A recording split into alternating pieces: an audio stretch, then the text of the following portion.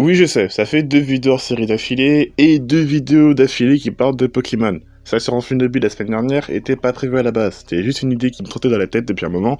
Vu que je suis un petit peu sous la hype de l'anime avec le tournoi des Masters, voilà, j'avais une théorie que je voulais mettre en vidéo avant le début de ce tournoi qui démarre cette semaine, je crois, à l'épisode 113 de l'anime, je ne sais plus. La vidéo que vous regardez actuellement, par contre, c'est une idée qui traîne depuis 2-3 mois, depuis que j'ai fini l'histoire principale et le post-game de Légende Pokémon Arceus.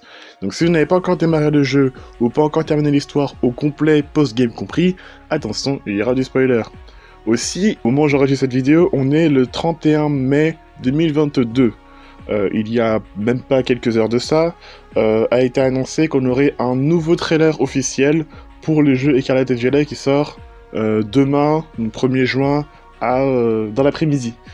Comme je voulais pas attendre que le trailer sorte pour faire ma vidéo hors série, bah voilà, il y aura forcément, peut-être, j'espère pas, quelques informations ou théories que j'ai enregistrées dans cette vidéo qui seront peut-être erronées avec les infos qu'on aura demain, je sais pas, mais voilà, partez du principe que si vous êtes au courant de certaines choses par rapport au trailer qui sort le 1er juin, donc demain, mercredi, bah au moment où je fais cette vidéo, et même au moment du montage, je ne serai pas au courant de ce qui a été annoncé. Voilà. Si depuis quelques années, chaque génération apporte une nouveauté propre à sa génération, les combats triples, les hordes sauvages, les méga-évolutions et j'en passe, il y en a une qui est restée, ce sont les formes régionales. Pour résumer, dans notre monde, certaines espèces animales auront un aspect différent en fonction de leur habitat, car les métabolismes se sont adaptés à leur environnement, comme c'est le cas des animaux polaires par exemple. Et bien en Pokémon, c'est pareil, en 7ème génération, dans Soleil et Lune, certaines espèces que l'on a connues à Kanto en première génération, 20 ans de la série oblige, ont de nouveaux types, de nouveaux aspects, et des pouvoirs différents en s'adaptant au climat d'Alola. Ici, de type d'évolution, soit une forme régionale aura la même évolution que sa version entre guillemets classique, et cette évolution sera aussi une forme régionale, soit une forme classique évoluera directement en forme régionale. En 8ème génération, dans les pays boucliers, le concept a été poussé un peu plus loin. Les formes régionales ne concernent plus uniquement la première génération, et certaines formes régionales possèdent de nouvelles évolutions en nouvelles espèces, là où leurs formes classiques n'ont pas accès. On introduit aussi brièvement un concept de temporalité. Si pour les joueurs, les formes régionales sont de nouveaux Pokémon, chronologiquement dans le lore de l'univers Pokémon, certaines formes sont des versions originales des formes que l'on connaît. Exemple, d'après Pokédex des Pays Boucliers, les Exatons sont originaires de Galar. Et une partie de leur population ont été exportées à Hoenn pour devenir les formes que l'on peut trouver en 3ème génération. Et cette idée de temporalité a été encore une fois poussée plus loin dans les jeux d'Arceus. Toutes les formes de Hisui, ou presque, sont les formes d'origine des Pokémon que l'on a connus dans les différents jeux de la licence. Plus on nous introduit un nouveau concept, certains Pokémon qui, à notre époque présente, ne possèdent pas d'évolution, pouvaient évoluer à l'époque, mais uniquement à Hisui, vu que les jeux se déroulent dans le passé à Sinnoh, environ 200 ans avant les événements de Diamant et Perle, selon les fans. On est sur une fourchette entre 150 et 200 ans. Et beaucoup de fans semblent s'accorder sur cette fourchette, bien que ce soit pas encore officiel. Cependant, les formes de Hisui, leurs évolutions régionales ainsi que ces nouvelles évolutions exclusives passées, partagent un point en commun. Au jour d'aujourd'hui, elles n'existent plus, et elles ont disparu. Et ça je n'invente pas, c'est l'anime qui l'a confirmé. La série Pokémon et Voyages, et ses suites, a eu droit à un spin-off, en 4 épisodes exclusifs à la plateforme Amazon Japon. Porte le nom de Pokémon Stars Kameto Yobareshi Arceus. Donc Pokémon, épisode spécial Arceus le Lumineux, ou quelque chose comme ça. Sans trop spoiler, Sacha et Go se rendent une nouvelle fois à Sinnoh, à l'occasion d'un festival sur la région de Hisui. Et justement, Cynthia nous y présente certains Pokémon de l'époque qui ont cessé d'exister depuis, et c'est elle qui nous précise.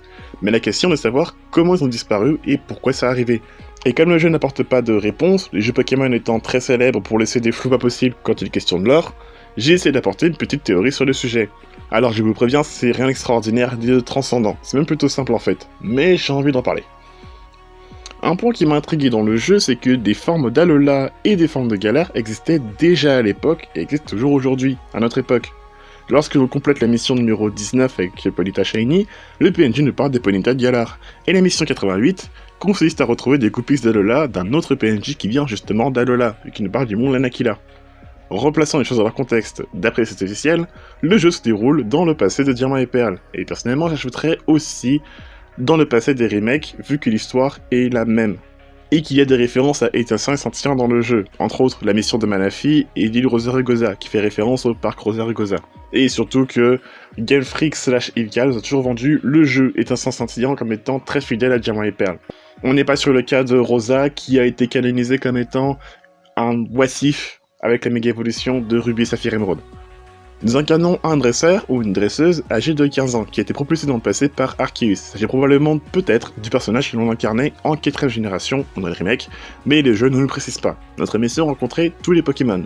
Tout le scénario du jeu est une sorte d'épreuve qui consiste à créer un lien entre humains et Pokémon, ou du moins tester s'il est possible que les humains puissent se lier aux Pokémon et vice versa. On est dans une région assez rudimentaire, la technologie de la Pokéball est toute récente, le projet Pokédex vient à peine d'être lancé, et les humains habitant à Rusticité, future ville de Félicité, craignent encore les Pokémon. Notre mission sera de découvrir le mystère derrière la faille spatio-temporelle qui s'est ouverte, qui nous a amené ici, plus ou moins, et qui a déchaîné la colère de certains Pokémon monarques. Les monarques étant un groupe de 10 Pokémon, donc les 5 montures que l'on a et les 5 boss que l'on affronte dans le jeu, tous des monarques, descendants des Pokémon qui ont combattu aux côtés d'un mystérieux héros, passé à Arceus, afin de prouver que les humains et les Pokémon peuvent coexister. Chacun de ces monarques sont en possession d'une plaque d'Arceus, et ont pour trait commun d'être tous des formes ou Pokémon régionaux. La suite vous la connaissez, on fait la rencontre des clans Diamant et clan Perle, qui s'occupent des monarques, on calme tous les monarques, la faille part en couille, les habitants de Rusticité retournent leur veste de xénophobes de merde et nous dégagent du village, on rencontre Pensea, qui est une descendante du peuple céleste, qui était un autre peuple vivant à Issui il y a longtemps, et nous balance à peu près tout ce qu'il y a à savoir sur les légendaires.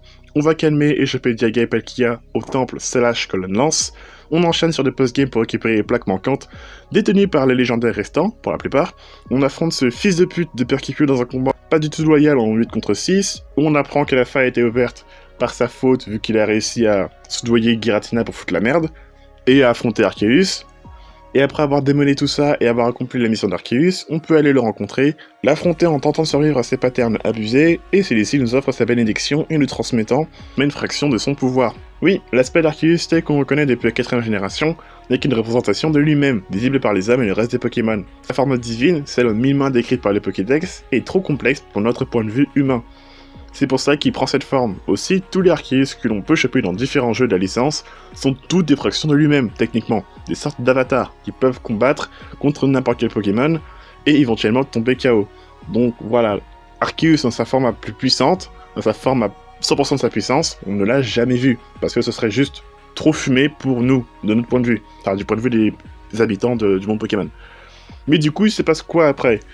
De ce que l'on sait, grâce à la mise à jour gratuite du jeu, Issui, fraîchement renommé Sinnoh, en se basant sur l'appellation de Grand Sinnoh, et à l'aube de grands changements. Grâce à nos actions et la complétion du Pokédex, les habitants de la région veulent en apprendre plus sur les Pokémon et certains décident d'aller vers d'autres horizons, pour en apprendre plus sur ces créatures et étendre leur mode de vie. Et par habitant, ça comprend le groupe Galaxy, les habitants de Rusticité, et les 2 clans Diamant Perle. Et je me suis dit, si les humains décident de quitter la région pour une autre, pourquoi pas des Pokémon? Les monarques ont une place centrale dans le lore de la région, mais aussi en tant que protecteurs. D'une part, les clans Diamant et Perle sont sur le point de se dissoudre, et surtout que les gardiens de la région maintenant, c'est nous, le protagoniste, le joueur ou joueuse. C'est lui qui est en possession de tous les légendaires de la région, toutes les plaques, et même si Pensea précise que cela n'est que temporaire, ils restent avec nous car ils nous font confiance, mais absolument rien ne les empêche de repartir dans la nature. Surtout que pour maintenir les événements de Diamant et Perle en place et éviter un sale paradoxe temporel, les légendaires devront être relâchés, soit parce que le joueur va finir sa vie dans le passé, soit parce que Arceus se ramène à son époque. Ça on ne le saura jamais, ce qui me rend un peu triste pour Chamal d'ailleurs. Bref, l'idée c'est que si les humains partent vivre dans d'autres régions, certaines espèces de Pokémon aussi. Ainsi au fil des décennies, leur métabolisme va s'adapter aux conditions environnementales de leur nouvel habitat, Honto, Johto, Unis, Kalos et Alola, et prendre les formes que l'on connaît dans le présent, même si au passage ces changements leur ont fait perdre la capacité d'évoluer à certains, même si bon, dans le cas de Serbilin, j'avoue que je ne sais pas trop comment expliquer pourquoi il a disparu, vu que Serfrous n'a pas changé en fait. Dans le cas des starters des jeux par exemple, ce serait juste un retour aux sources, à leur forme d'origine, vu qu'ils ont été amenés à Issui par le professeur Lavande, quelques temps avant le début du jeu. Et pour Saking et Ashikater, qui évoluent respectivement grâce au bloc de tourbe et à l'obsidienne, il est facile d'imaginer que ces ressources n'étaient trouvables uniquement qu'à Issui, et qu'avec la modernisation de la région, il est devenu très difficile, voire impossible d'en retrouver aujourd'hui. Pour le cas de Zorua et Zoroark, bon, dans l'histoire, ce sont des cas bien isolés. Ils sont bien originaires du Nice, mais une partie de leur population a été exportée à Issui. Mais les pauvres bêtes sont mortes à cause du froid des terres immaculées. Et ça, j'invente pas, c'est officiel dans le lore du jeu. Ceci dit, elles se sont réincarnées pour se venger des humains, responsables de leurs conditions. Donc techniquement, oui, ça compte comme femme originale, parce que c'est le moyen d'avoir et de trouver des Zorua de Issui. C'est pour ça que leur type normal spectre est totalement opposé à leur type ténèbres d'origine, idem pour leur couleur blanche, noire, et leur attaque signature Cœur de Rancœur capable de geler leur cible. Tout ça prend tout son sens. Donc si ces deux-là en forme régionale n'existent plus, c'est parce que les habitants de la région ont arrêté de les maltraiter. Déjà qu'il n'y en a pas des masses dans le jeu, je me sens un peu mal de faire la chasse aux Auréas Shiny. Je n'arrive toujours pas à trouver d'ailleurs ce fils de pute. Bref. Maintenant qu'on a une vague idée de comment elles auraient pu disparaître, est-ce qu'il serait possible de revoir ces formes régionales de nos jours? Alors sur le principe mécanique, oui, Pokémon Home existe. Transfert, c'est plié. Alors oui, dit comme ça c'est facile, mais je parle surtout du point de vue lore. Imaginez dans une série, Sacha ou n'importe quel personnage, dans le présent, va en Espagne ou peu importe la région de ce Violet Écarlate, et tombe sur un Arcanin de Hisui, au pif. Bien expliquer pourquoi et comment cet Arcanin régional a fini ici. Pour s'ouvrir à Zoroark, faudrait juste répéter le processus horrible de surgélation, et encore pas sûr que ça marche. Pour Ursaking et Ashikater, pour les ramener, faudrait retrouver les ressources citées plus tôt, et ce qui a l'air très rare. Et pour les autres, je pense que la technologie de restauration des fossiles devrait faire l'affaire, mais là on risquerait de tomber sur un autre problème. Sachant que ces espèces sont adaptées aux environnements du présent, est-ce que la forme régionale du passé survivrait à notre époque? Pire, est-ce qu'ils seraient aptes à vivre dans un monde moins hostile et moins dangereux qu'à l'époque de Hisui? Non, parce que si vous restaurez Ashikater, et que son premier réflexe est découper la faune locale, ouais, pas ouf, Des questions qui ne trouveront jamais probablement de réponse, mais les formes de Hisui sont juste trop intéressantes pour être abandonnées à un simple concept d'un jeu spin-off qui visiblement ne servait qu'à d'apéritif pour la nouvelle génération. Oui, j'ai toujours le seum que Game Freak a annoncé la nouvelle génération, avec Écarlate et Violet, à peine un mois après la sortie des Légendes d'Arceus. À savoir si d'autres secrets seront révélés sur ces Pokémon du passé, ou peut-être d'autres Pokémon du passé à venir, on sait pas, Et si on les reverrait à l'avenir dans le présent, bah ce serait cool. Enfin, du moins les revoir dans le jeu, et pas uniquement sur la scène compétitive.